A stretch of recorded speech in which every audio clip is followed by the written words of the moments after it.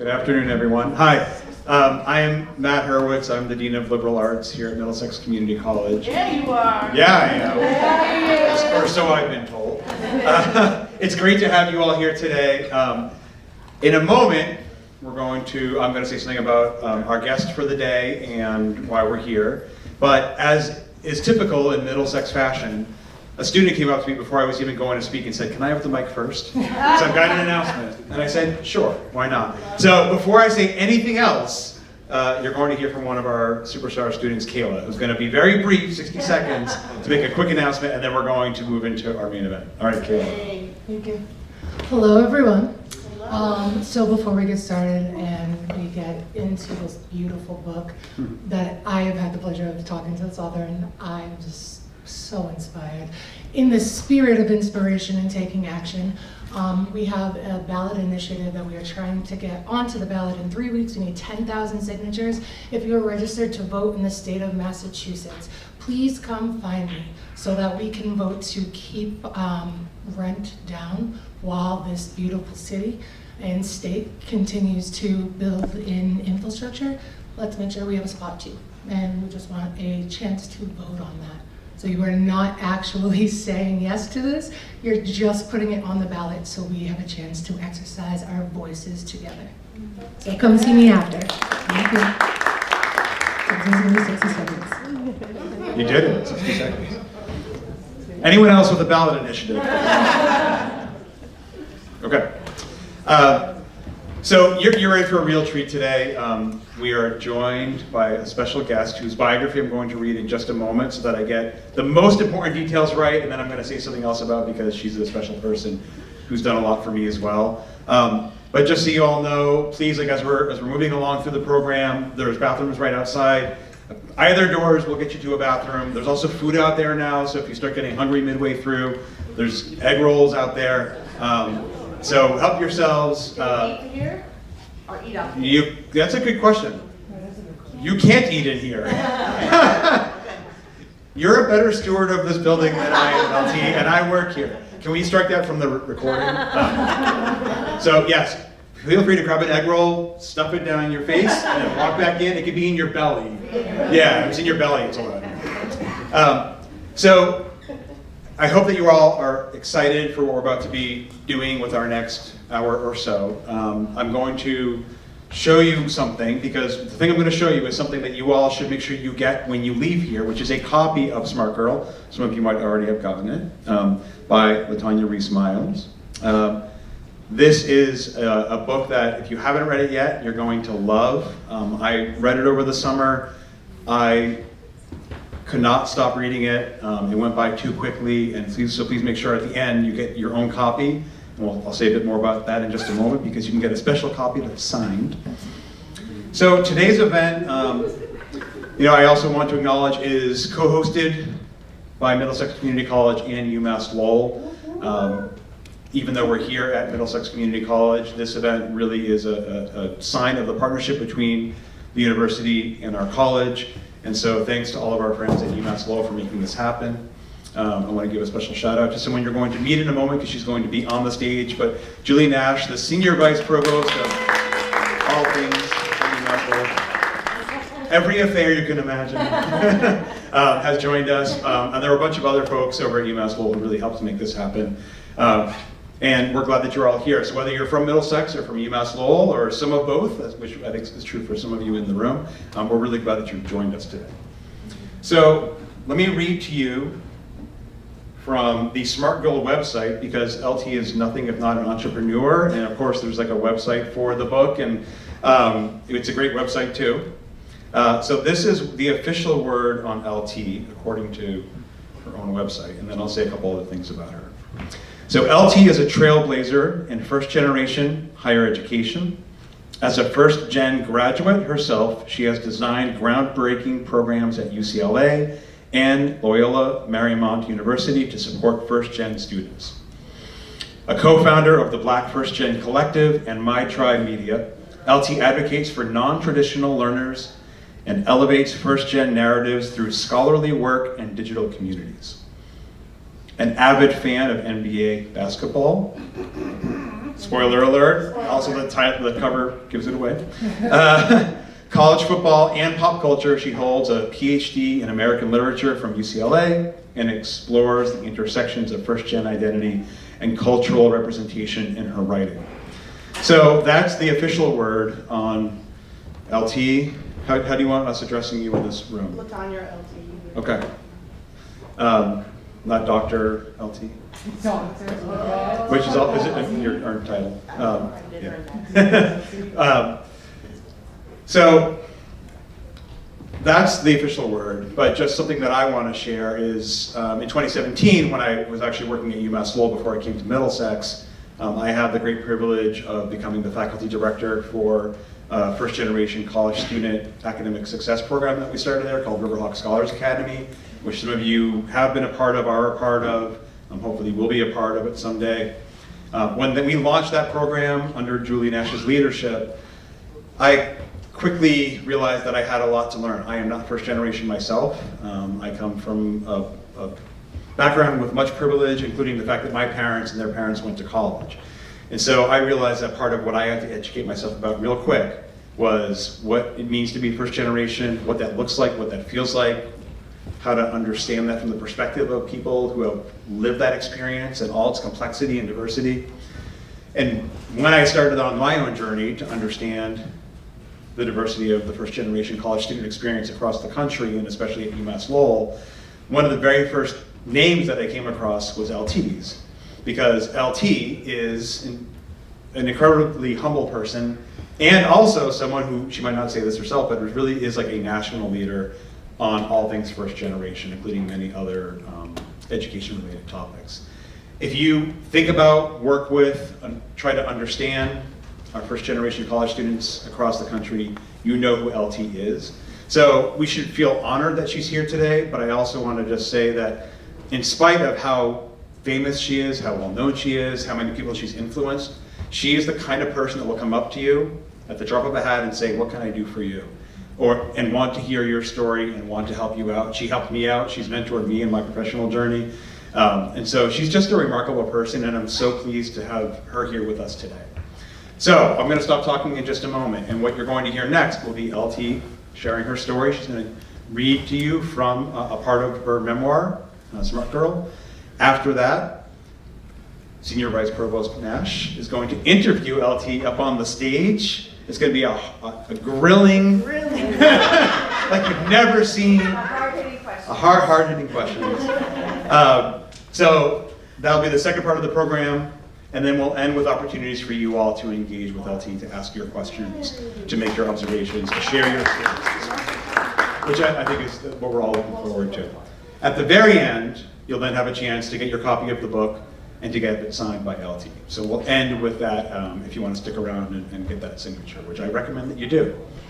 Okay, so I think without further ado, LT, I'm going to pass it over to you. Let's welcome, let's give it a big UMass roll.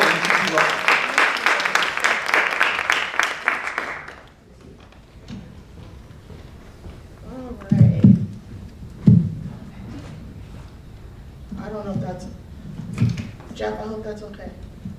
No. Your Celtics jersey is amazing.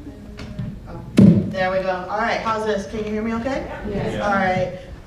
Matt, thank you so much. Matt and I also are geeks and nerds, and we have geeked out about a number of things regarding pop culture. So definitely my fellow brother nerd, I appreciate you. And then also to Julie, we were trying to figure out how long we've known each other. We just say it's been a minute, right?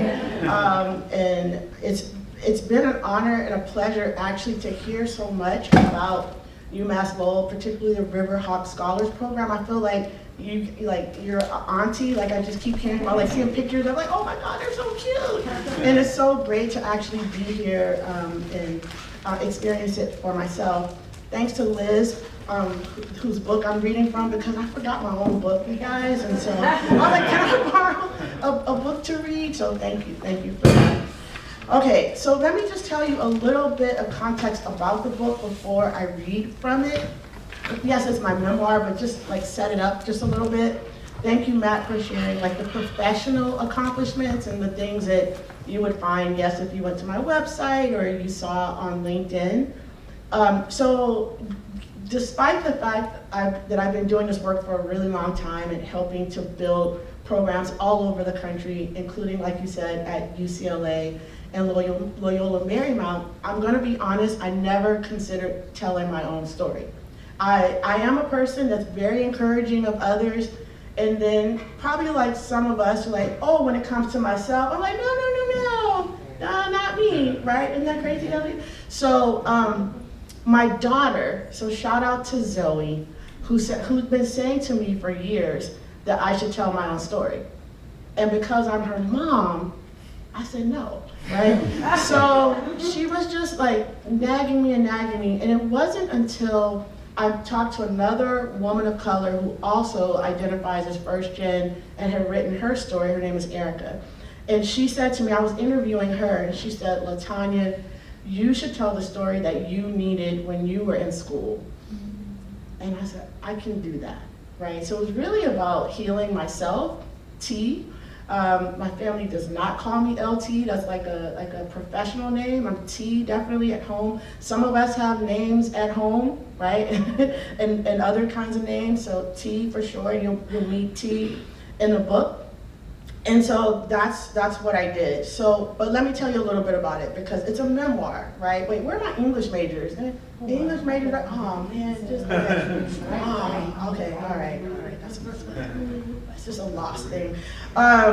So this isn't everything that happened to me. That's not what a memoir is, right? It's still curated, there's craft involved. There are lots of important things that happened to me that are not in the book. But what I set out to do was tell my educational journey. And what I planned to do was talk about, oh, well, how did I, become first in my family, first generation to college. But here's what I realized, you guys, pretty early on as I was outlining, my family actually didn't talk to me about going to college. What they said was, you're smart. So then the question became, okay, so how does a smart girl get to college? So that's where the title of the book comes from. This is tracing my journey. Like I said, it's an origin story. A lot of it, some of it, like the first third or so, is about navigating through 9 different public schools by 10th grade. And then going on to multiple different undergraduate institutions. But I do go through graduate school as well, because let me tell you, okay, I can navigate being an undergrad. Shout out to Trio. I was a Trio student. That helped me quite a bit. And I had a lot of supportive teachers, but I got socked in my face when I got to graduate school. There's so few of us with that don't come from college going backgrounds in graduate programs. And so I made sure that I talked about my graduate school experience getting that PhD. There's a lot of origin stories in this book, so it's not just about me being first gen to college. I'm often asked, how did a girl who grew up in DC become a Boston Celtics fan? And so that is what the first part of this chapter, if you all want to follow along, is on page 63, is from a chapter called So Close. And it tells you how I became a Boston Celtics fan. But this chapter is also is very, not enough said about how first gens figure out the college choice process. And there's some talk about like guidance counselors and things like that, but many of us are influenced by other things, right? I hope you start to think about, maybe it was a hero that influenced you. For me, it was sport. Hands down, it was sports, in terms of deciding what schools to apply to. So I'll tell you right now, again, this is not spoilery, but I applied to 3 schools. One of them was Oberlin College, the other one was Georgetown, and the other was University of North Carolina, Chapel Hill. And if you grew up in the 80s, you know what those 2 schools had in common: basketball.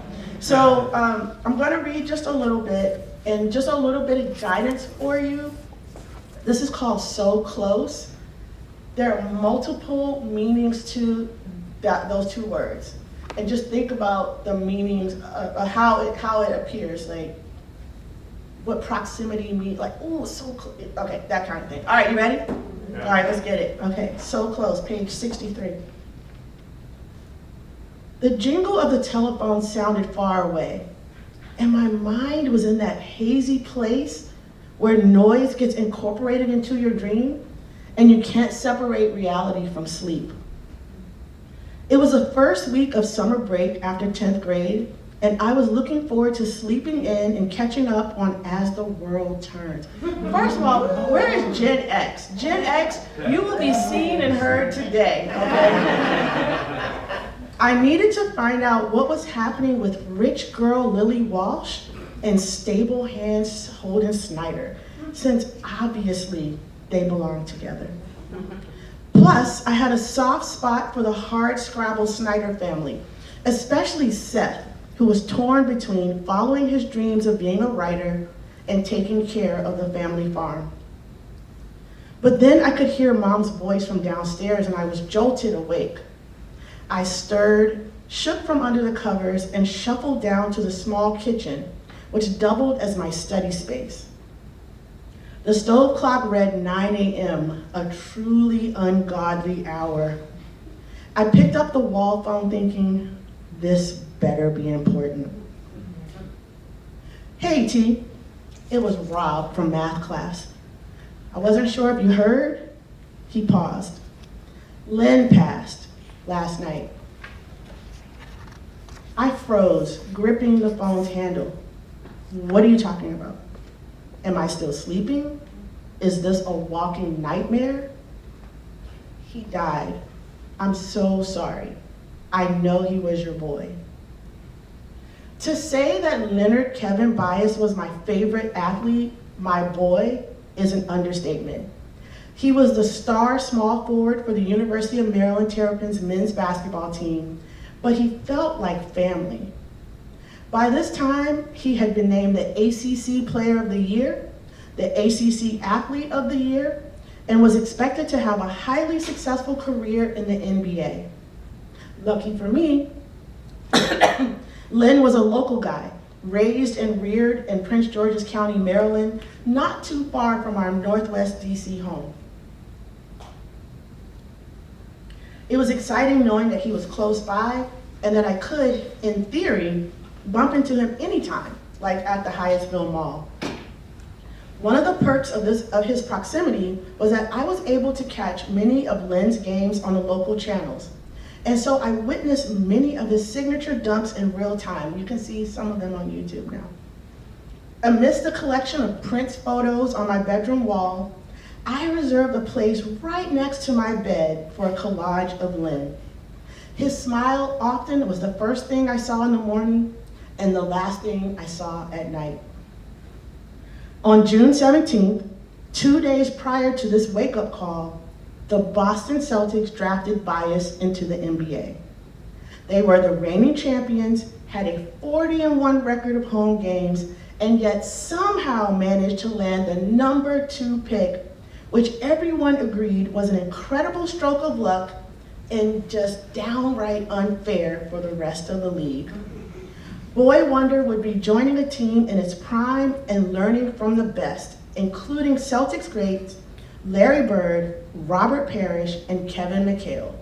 The NBA's top team would get even better after snagging such a talent. Damn them.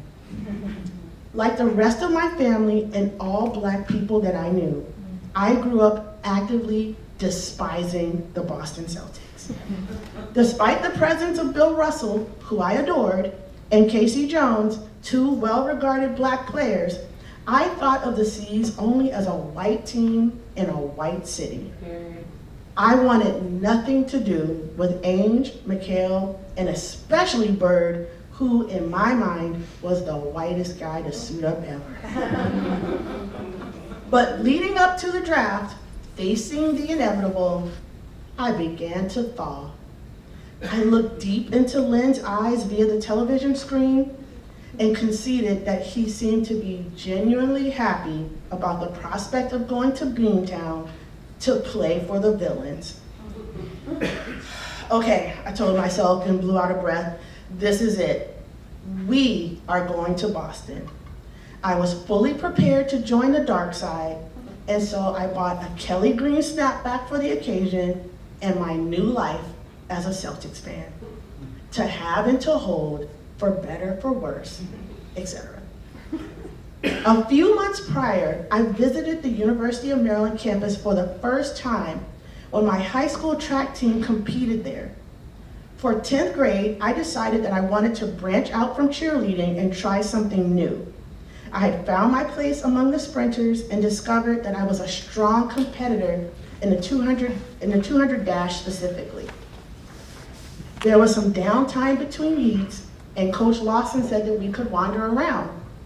I was on a mission to find my 6'8" soulmate. All of the campus buildings looked the same to me. A series of red brick 3 stories with white columns. The building names didn't mean that much to me either.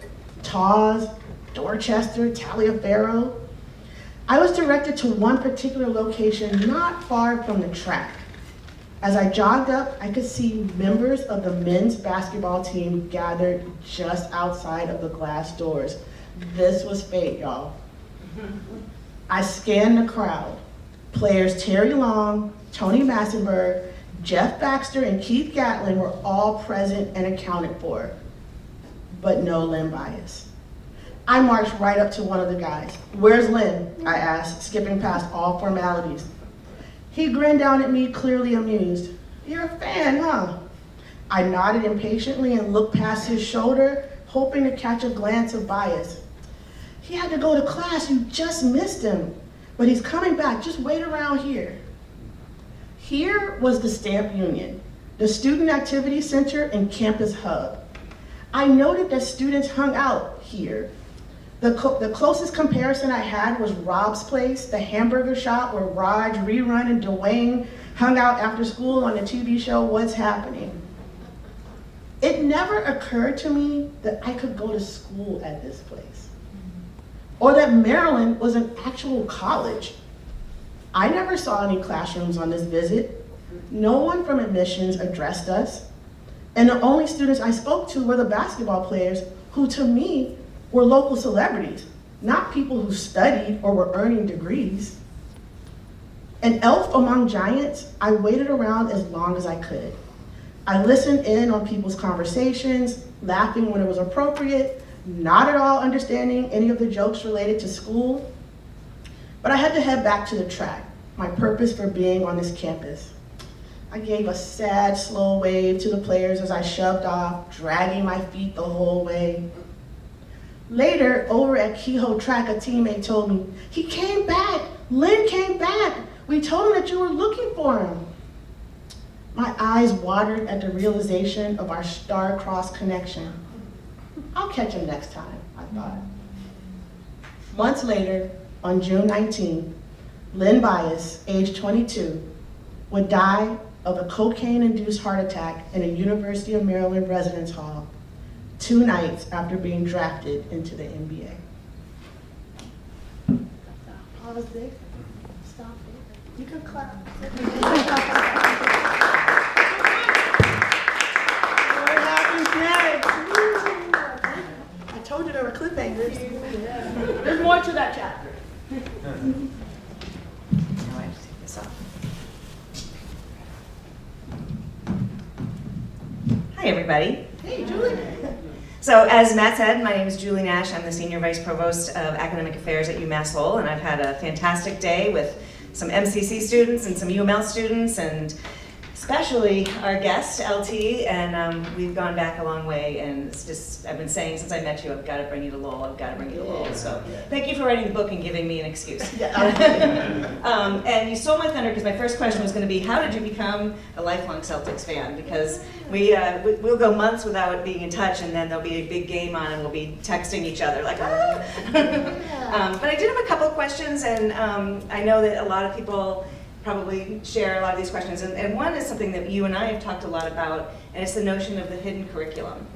And you said in your book that at one point you were applying to colleges and you got a certain amount of financial aid, I think it was at Georgetown, and it wasn't enough, and you didn't know that you can ask for more, you can go back and appeal. Another point, you said you didn't know you had to apply to graduate, and this is one of the insane things that I think we're moving away from, but that you have to apply to graduate from college after you've completed all of your credits. So we've talked about that this is sort of like the hidden curriculum, the things people don't tell you, but that are so important to navigate the day-to-day. So I was wondering if you could talk a little bit about that. What advice do you have for students who feel like they're missing out on this important information?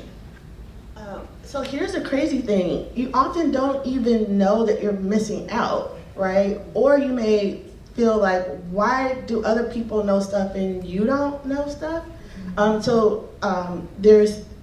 There might be a time when you just feel a little bit like crazy or out of step, when the fact of the matter is the issue is on the institution and not you. So that's what you have to remember, that it's not you, it's the institution.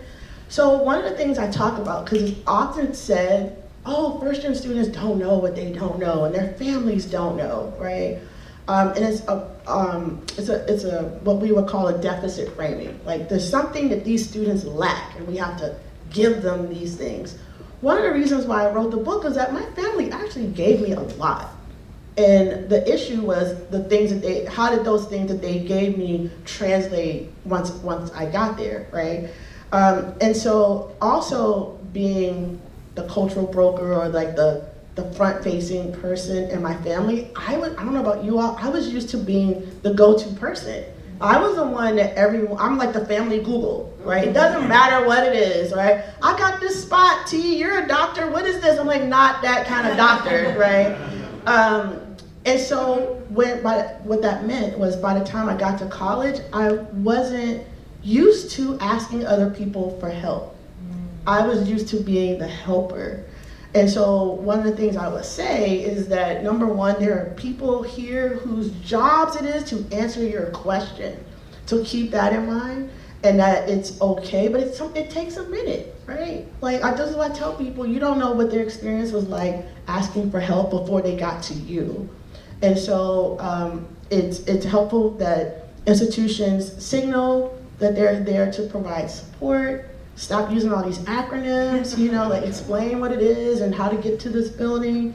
Those are some of the things that help alleviate the hidden curriculum. Thank you, and I know that both of our institutions are always working to think about things from the perspective of a student who hasn't walked through these halls yet, and it's important that these memoirs are out there kind of reminding us, oh right, that we need to have something on the website, how to appeal your financial aid package, right? These are things that people aren't born knowing how to do. Another part of your memoir that I really enjoyed, obviously your story, but also the family that you describe and the people that your friends, they really came to life. And I thought your memoir, it's full of so many almost first-gen stories. Right. Relatives or friends who came close to going to college, maybe attended for a semester, and then life intervened. Yep. And a lot of these people, I think, were models for you and maybe possibly cautionary tales. But I'd love it if you could talk a little bit about how these family narratives shaped your journey. And you're the smart girl, but you're from a smart family. And just talk a little bit about some of those almost first-gen stories in your life. Yeah, thank you for that. So and some of it wasn't even planned to be in the book. There's a chapter called, it's about my cousin Lanita, Basic Needs. It's called Basic Needs. And I didn't even know that cousin hadn't finished college until I started writing the book, right? And then she told me her story. So there are a number of places. I really wanted to honor my family in this book, and I wanted to tell other people's stories.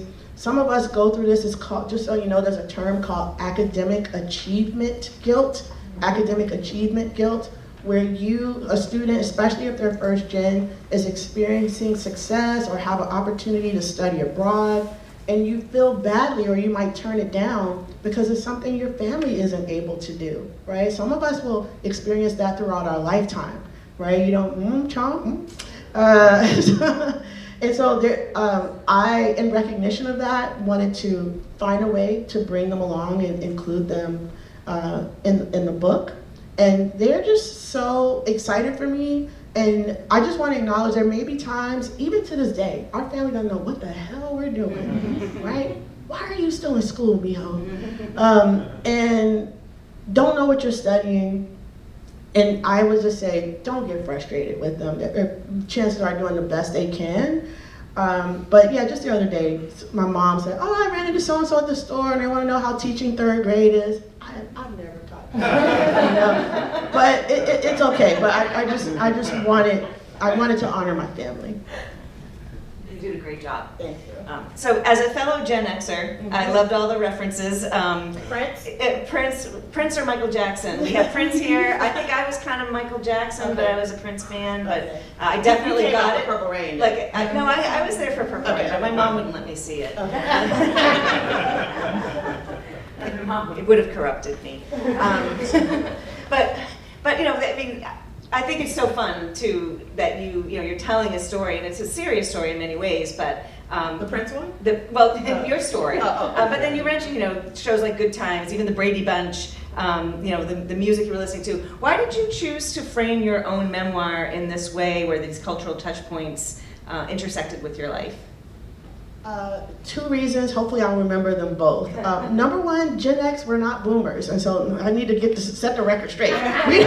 We don't get talked about enough. And I wanted to tell a Gen X story, right? But then also going back to what I was saying about first gen narratives, which often are framed in research and in other places as being full of survival and struggle and all that type of stuff. And yeah, chances are there's some struggle, but the books that get promoted are about being like homeless to Harvard, right? Or starving to Stanford. Most of us are somewhere in the middle. Most college students go to regional public schools, you guys, or they go to community college, period. And so I wanted to show that there was joy in my family, and that these were the things that got me to school. My love for sport and basketball is a thing that got me through, along with my love of Prince. I ended up teaching classes. I taught a class on Jay-Z at UCLA. I taught a number of classes on cheerleaders. So I ended up researching and studying and teaching the things that were very important to me. And I hope for you all that you are inspired to know that whatever your thing is, doesn't have to be sport, that's my thing. Whatever your thing is, matters and is important too. Thank you. So a lot of people in this room are transfer students or potential transfer students. That's kind of what really, I think, was excited about connecting the two institutions. Is most of our transfer students are from Middlesex, and they're fantastic. You're a transfer student. I was also a transfer student. So I was wondering if you could just talk a little bit about that. I know you talk about it in your book, but not everybody here has read it. Your decision, you're at North Carolina Chapel Hill. You've kind of settled in socially, and yet it just wasn't working. Talk a little bit about that transfer experience. Okay, I'm gonna spoil stuff then, is that okay? Yeah, that's okay. All right, you're getting spoiled right now about what happens. So here's what's funny, Julie. There were times where, as you know, where I wanted to transfer and times where I didn't want to transfer. And so part of it, the first time, was really about agency. Now that I think about it, like me taking control of my situation. Like I could have stayed at University of North Carolina, but I wasn't feeling it. And I don't think that part of the story gets told as well too. And so, yeah, I could have, obviously I could have stayed and worked it out, but it just, not every school isn't the right fit. That wasn't the right fit for me. So I went to another institution I thought was a better fit. And then that didn't work out either, right? And then I tell the story of making my way back, and also disabusing ourselves of this notion that you have to finish in 4 years. Increasingly, that's becoming not the norm, right? Because life happens. I think that's what it's about. Like, life happened to me. If you had told me when I was graduating from high school that it would take longer than 4 years for me to graduate, I would have told you were crazy. But all these other things just intervene, right? I think the joy is, I did make it, right? I did finish through, but it was really important to talk about those pitfalls, and and how, I'll just be honest, like how institutions failed me, honestly. I internalized it. I kept thinking, what did I do wrong? I should have done more. But I tried my best. This was a hidden curriculum. You were talking about, fact of the matter is, an institution failed me. Thank you. And worked out in the end. It worked out in the end. Spoiler alert. It was the journey you were supposed to take, but it doesn't feel that way when you're going through it sometimes. It doesn't feel like, is this what I'm supposed to be doing? I don't think it is. To get a little serious, your memoir. The hot question. I mean, you balance such great self-deprecating humor. You're doing it here today, but you also have some dark parts of your memoir, including talking about domestic violence. It's very powerful, and I'm just wondering, as a writer, and we have a few English majors in here, as a writer, you make choices. You're not going to write about every moment of your life. So you selected that. You chose to put that in, and I'm wondering, how did you make that decision? Was it a difficult decision? And anything you can talk about the good stuff too. Like, how do you pick and choose what you want to include in your story? I love craft questions. I think there's more English majors in here. They just don't want to say it. Yeah. They're like, oh, my parents. Be loud as my cry. parents gonna be like, what are you gonna do with that? Be an English teacher? So, this is the behind the scenes part. So there's an early chapter. It might be chapter 1 or 2. It's called Speaker of the House, and that's when I introduce my family. And also pay attention to the titles. My titles usually have more than one reference. So Speaker of the House, of course, being like the leader of the organization, but also literally being the Speaker of the House, being the front-facing person. So I introduced my family there, and then I reintroduced them in the very last chapter, which is called Duck Mouth. And that was one of the 2 toughest chapters to write. It is about, yes, as you mentioned, domestic violence that honestly I did not witness with my own eyes. But it is about intergenerational trauma that even if you didn't see it, you feel it. It is in the house, right? And so the house is a character itself. Like, you're introduced to the physical house, and then you see what happens to the house by the end. Again, I say it's because of the domestic violence that's there. And it's also about my grandfather. So my grandfather was one of those people who told me I was smart, and I was the person that was compared to, some of us may be that person. We're like, oh, the siblings, look up to that person, or the cousins. I was that person. But there's the flip side to that. Because if I was told I was being smart, that meant other people were not being told that. And that's really that's part of the tragedy, right? And that's part of the weight and the guilt that I carried is I'm hearing that message, but my cousins are not hearing that message. That doesn't mean that they weren't smart. It's just that so much got poured into me. And so when I was being honest about what was my journey to college, I had to tell that domestic violence story. You needed to know what else was going on in the house that fueled me. I'll say this last part. One of my all-time favorite songs is Lose Yourself by Eminem. And there's this moment where he says, Mom, I love you, but this trailer's got to go. I cannot grow old in Salem's Lot. Y'all know what I'm talking about? I needed to talk about why I felt that way. If that's true, if this is my favorite song, I needed the audience to know why I could not grow old in that house, right? Now everything's great. Oh, they're so supportive. They took you to a Prince concert. Why would you want to leave? Because there was some shit going on in that house too. So you needed to hear the whole story. Thank you. Just a couple more, because I know we want to hear from the audience, but I did want to talk to you. We've talked a lot about our journeys as parents as well, and LT has 2 great adult children, and you've talked a lot about being a first-gen student, but raising not first-gen students. And just curious, just What's been your observation about that experience? Yeah, it's so fascinating. My poor kids, I treat them like research subjects, right? Like, oh, here's what's unique, here's what's crazy, right?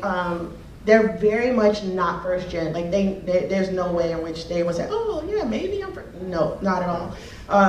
I was a faculty, as you know, I was a faculty and resident at UCLA for 5 years, okay? Listen to this. My daughter was 3, my son was 7. And for 5 years, they lived at UCLA, okay? On the college campus, going to the dining hall. These are formative elementary school years. This is where you're learning about school. And you're at UCLA, right? And you're riding their scooters. They're in the dining hall, it's Halloween and the RAs are coming down saying, oh, can we take Jabari and Zoe trick-or-treating through the through the residence hall? It's such a unique experience and it's so different. My husband, oh, by the way, Rob from math class, we got married in the book, who told me about Lynn Bias, so it's the origin of how Rob and I got together. But Rob's first gen too.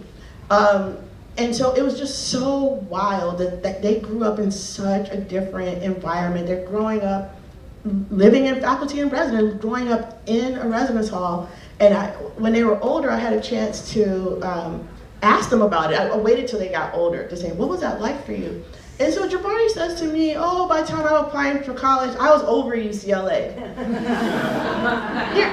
You're over UCLA. I already grew up here. I don't care about, you know what I mean? Like, that's crazy to me, you know? So it's such a different, it's extreme, but it makes a point of like this is what legacy is all about. Thank you.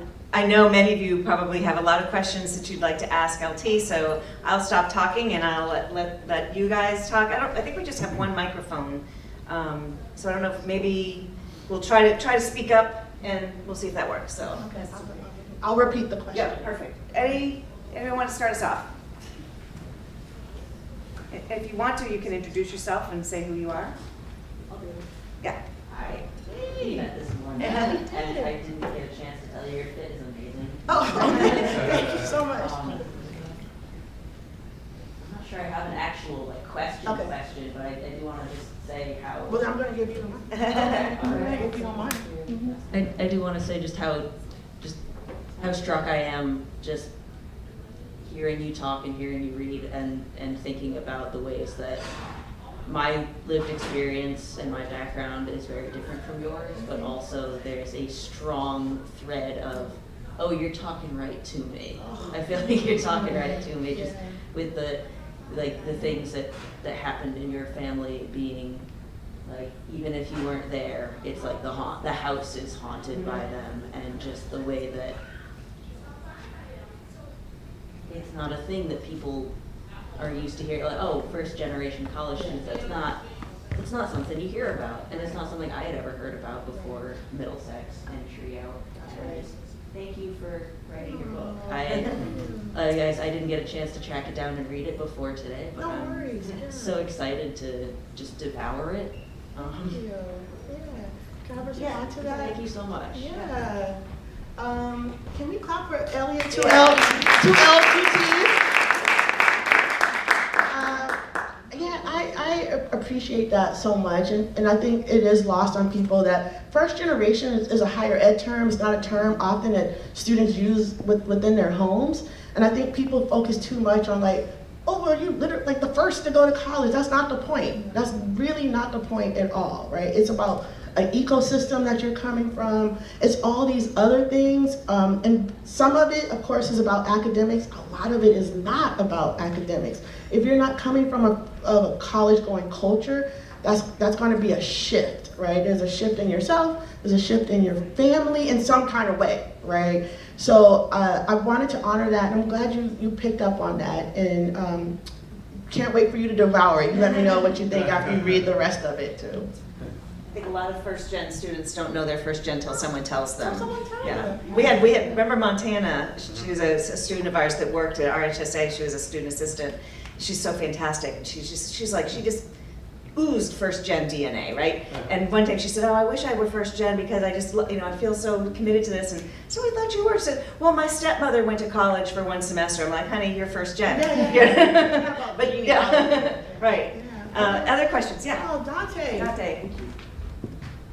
Hi, I just wanted to say, similarly to Elliot, I mean, I come through from a completely different background. My parents grew up in Belarus when they were teens when the Soviet Union collapsed, and their diplomas, although they did technically go to college, they completed in a entirely different country, entirely different part of the world with an entirely different system. Yeah. And actually, only when I was applying to UMass Lowell, that's when I found out it was first gen. Because again, they went to college in a completely different system. Like their diplomas literally, they were still using the hammer and sickle on their diploma covers. So. I was just wondering, I guess, my parents were very supportive of me academically. They made sure that I always, went to school, went to class, got good grades. But they don't know the system here, and something that I struggle a lot with, actually, I didn't even know I could, until today, until this presentation, I didn't know I could appeal my financial aid. Oh. So I was wondering, I guess, what are some tool or tips relating to just financial aid and tuition in general that you could suggest? Oh, ooh, that's a whole lot Yeah. of conversation. Yeah. We'll be back for that. Yeah. Thank you, Dante. Yeah, Dante, thanks for sharing that. I do think it's important to acknowledge that even when students have caregivers or parents who receive their degree outside of the U.S., it's still not quite the same. As a friend of mine said recently, he was a latchkey kid, even though his father went to college in South Korea, he still was navigating by himself, so you're not alone in that. It would be difficult to go through all the different financial aid processes, but I'll say that's why it's important to have these communities, to have these offices of support so that you can ask. Again, for me, for some of us, we get the notice and we're like, well, that tells me everything. That ain't nothing, right? That's just a notice, and that's one of the things that's different about being a parent, right? Where my daughter will come to me and say, oh, I didn't qualify for work study or something like, oh, and I say, girl, no, this is what you do, right? And then I say, oh, you reach out to this person because now I know the system. And so you gotta know and understand there's a system.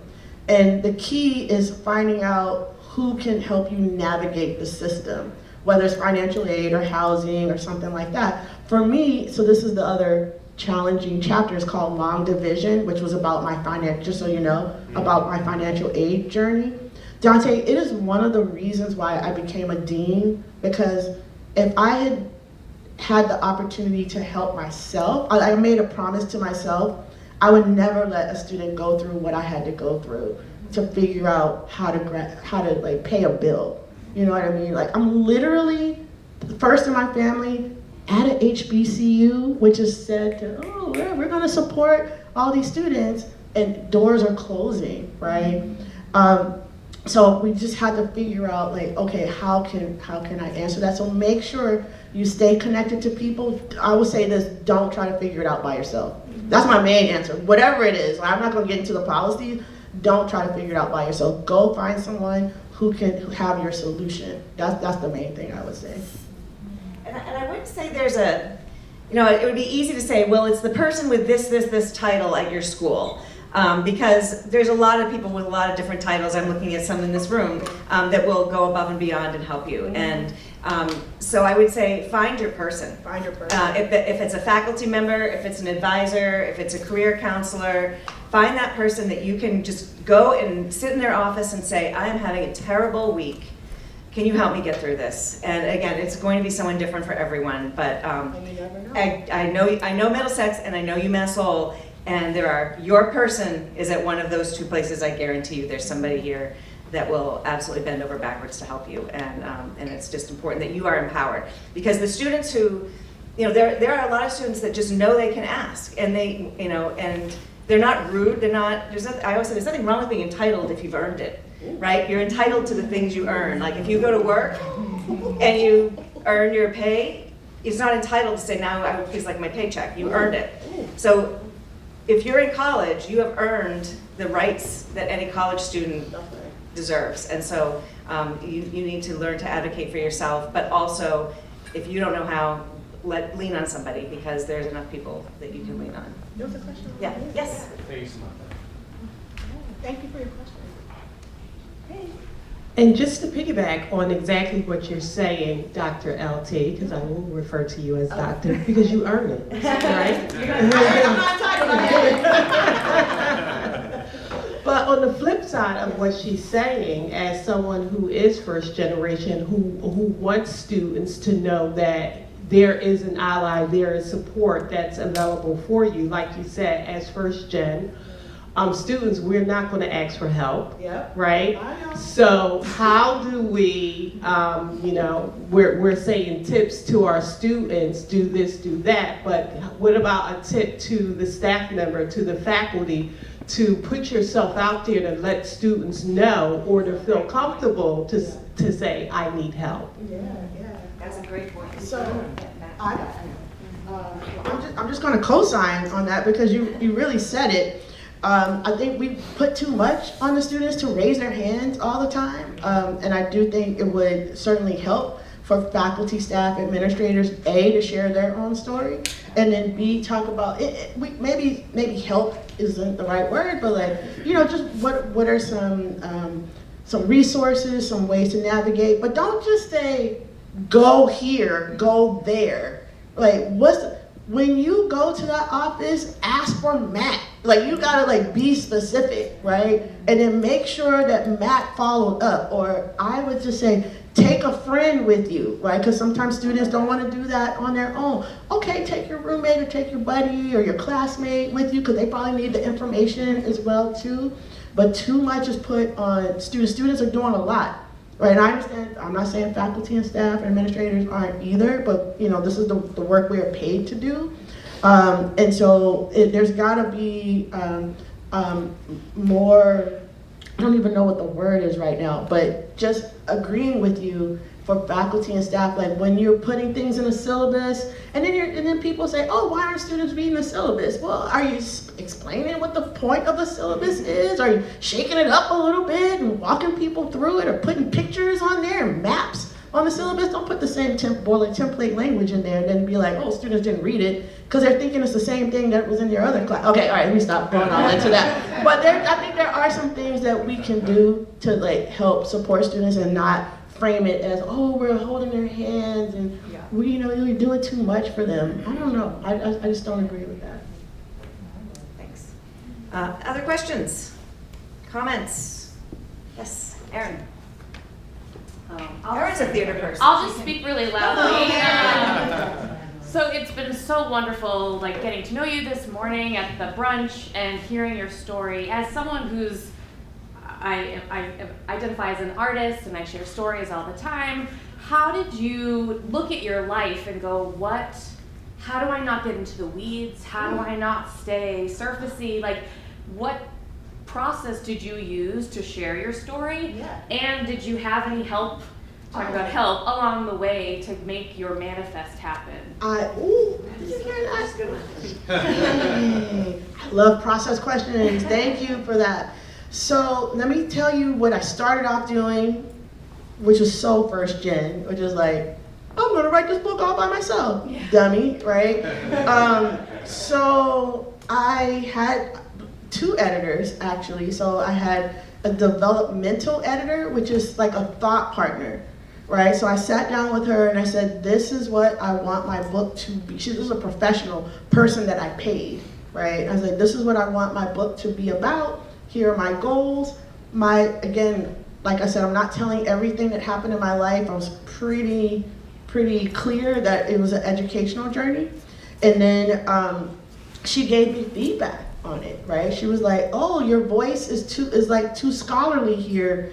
My voice in the book is really about staying in the moment, when it was happening.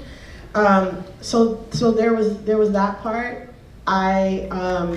I looked at yearbooks. I didn't have a lot of yearbooks, but there were some yearbooks. I'm a music-oriented person, so in some cases I listened to music that was of the time to kind of put myself in that place, but I outlined quite a bit. Some things ended up in the book that I wasn't expecting because I didn't know that, the memory came later. It was after writing, I'll remember something else. And I was like, oh, that's really, really important. I will say this, Julie, after every single chapter that I wrote, I said, this sucks. And then I put it down and had my editor review it, or I went back to it. So you're not reading the first or second draft, you're reading I don't know how many drafts of this, right? And even right now I would say, oh, I forgot about this, right? So just doing it over and over, but before, and then I shared a little bit, I talked to other people about it as well too. So that's what I wasn't doing before. I was like, I'm relying on my own memories. But when I I ended up reaching out to lots of people in my life. It had like reunions because of this book. I think that really enhanced it. That's awesome. Before I ask Jonathan Silverman, co-author. Jonathan! I brought our book, Jonathan. Coincidentally, the English chair at UMass Lowell and LT have appeared in the same. But never met in person. Yeah, so this is a reunion. Those of you who are taking the UMass Lowell shuttle bus back to UMass Lowell, and I know there's only a couple of you, and I also believe that you've already had your book signed, it will be leaving at 3:15, and it's 3:06, so I just wanted to let you know that it's not rude if you leave. We don't want you to be stranded. So, Jonathan.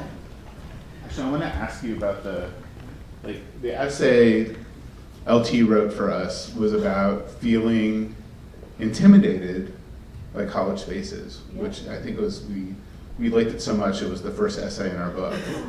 So can you talk a little bit about feeling like you belong at college? Because I do think a lot of students will come to either UMass Lowell and become English majors. Just come talk to me. Like what they should do about trying to feel like they belong when they go to college.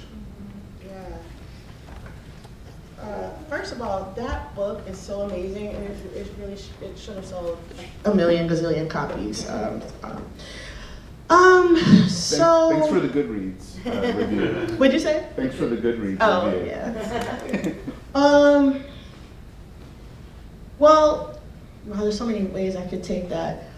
In some ways, it's a partner question to this one over here, where we don't want to put too much on the student to say, you figure out how to belong, right? It is a reminder to students that your admission is no accident, right? So you've been accepted, right? So just keep that in mind. No one's gonna, you know what I mean? But I think community helps with the belonging, but I would say, once again, we put it too much on students to find their community. So what can programs like, that's why TRIO is so important. River Hop Scholars Program community is so important. But one of the things, and this is why it was such a pleasure to write that piece, Jonathan, that I think people forget is how physical space impacts sense of belonging. Does this, for some of us in some places, we're like, the grass is too green, right? This doesn't look like my neighborhood, or it doesn't look like it looks on TV or in the movies.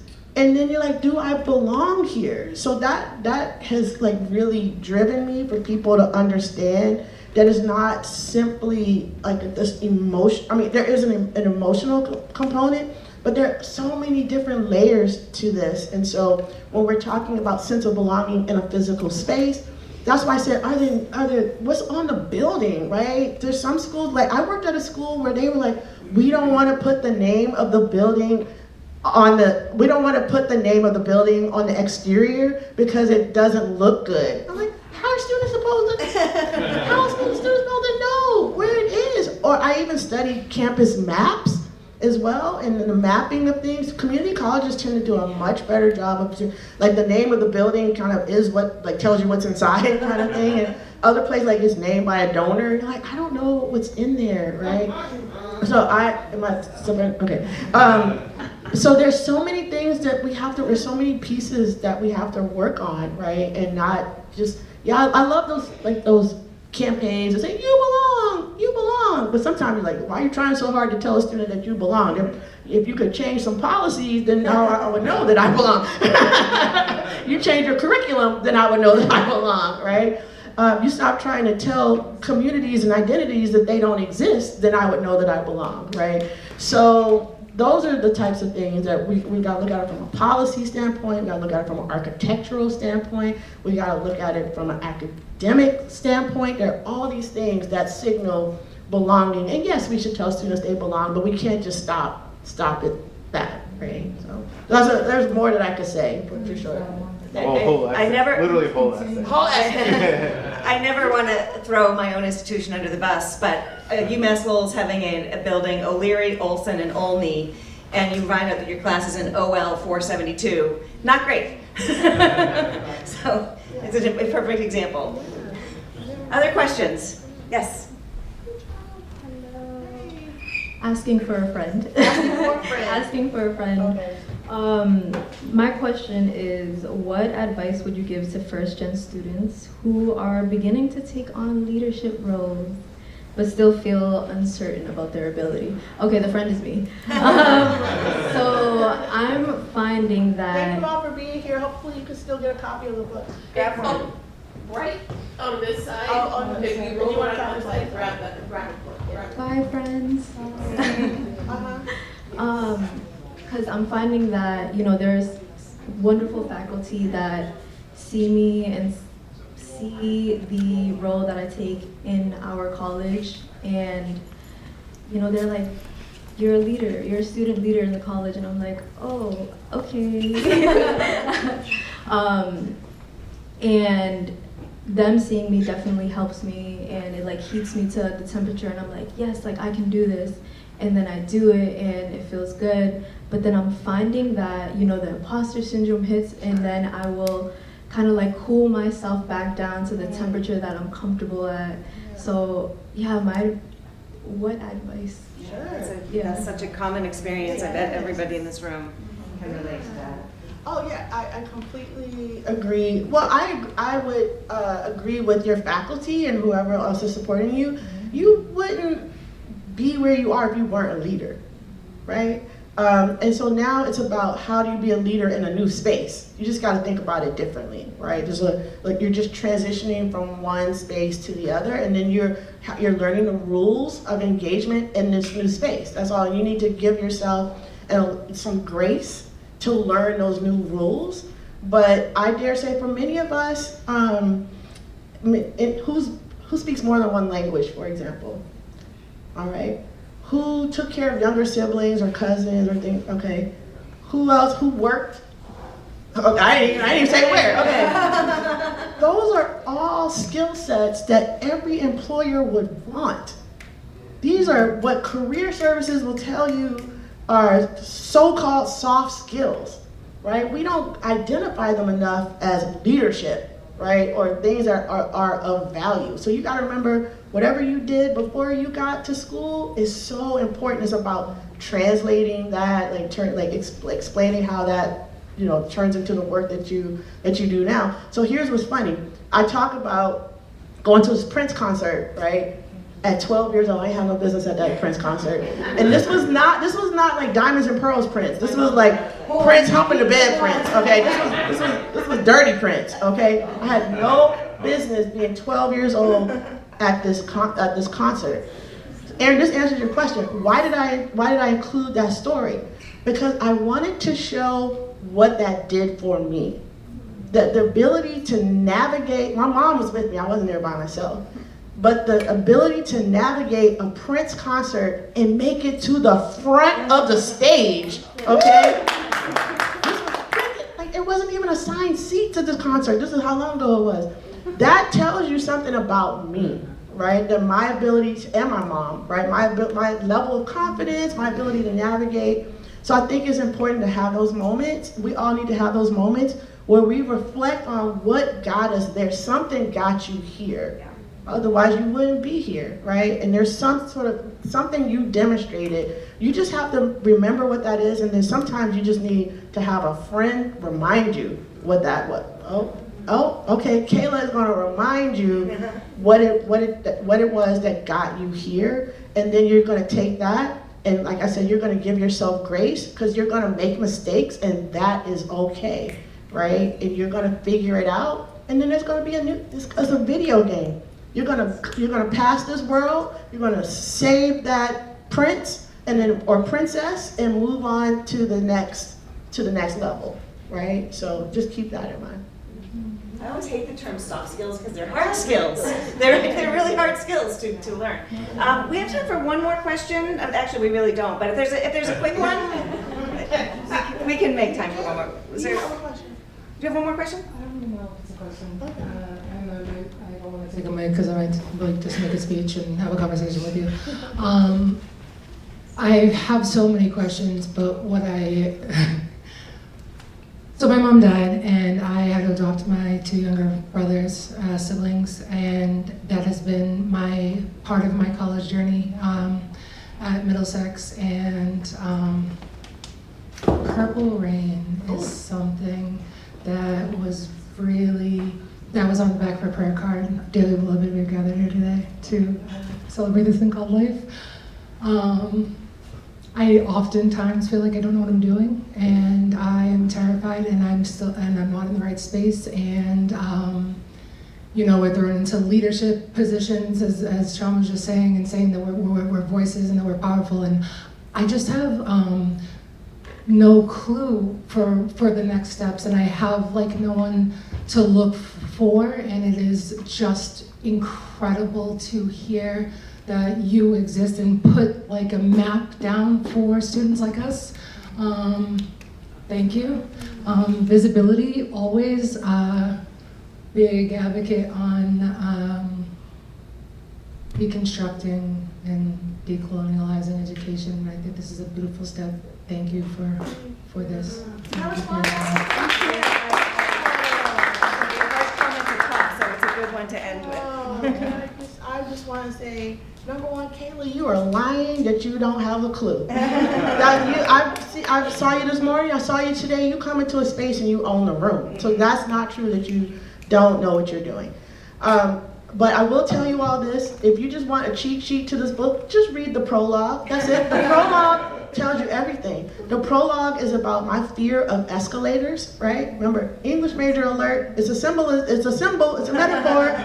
I was afraid, I really was afraid of escalators, but it's about being afraid to take that next step. And I'm there and I'm like, oh my God, I don't know where to put my foot. Right? It becomes a metaphor for whatever is coming next, and you're scared and you're letting those metal plates go by, and your foot is hovering. You gotta put your foot down and know you're gonna be okay. And you got community all around you right here. They're gonna have your back as well. And that's what helped me is my auntie saying to me, baby, I'll hold your hand, right? While we go on this escalator. So again, if that's all you wanna read, that tells you the whole story right there. Smart girl story, the end. You can read it in 2 pages, but the escalator is, you just having that escalator moment, and you'll have it time and time again, so just keep coming back to that.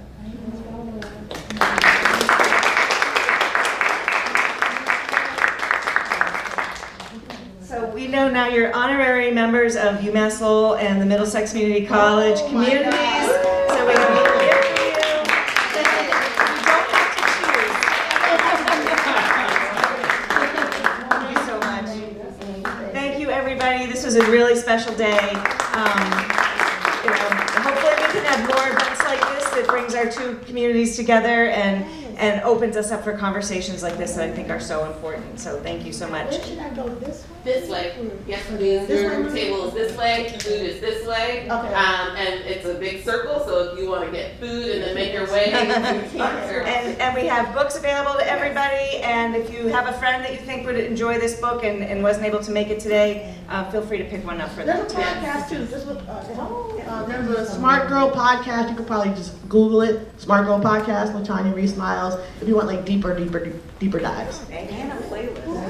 And a playlist. So this way first if you want your book first signed, this way first if you want food first. Either way you can get both. Thanks everyone.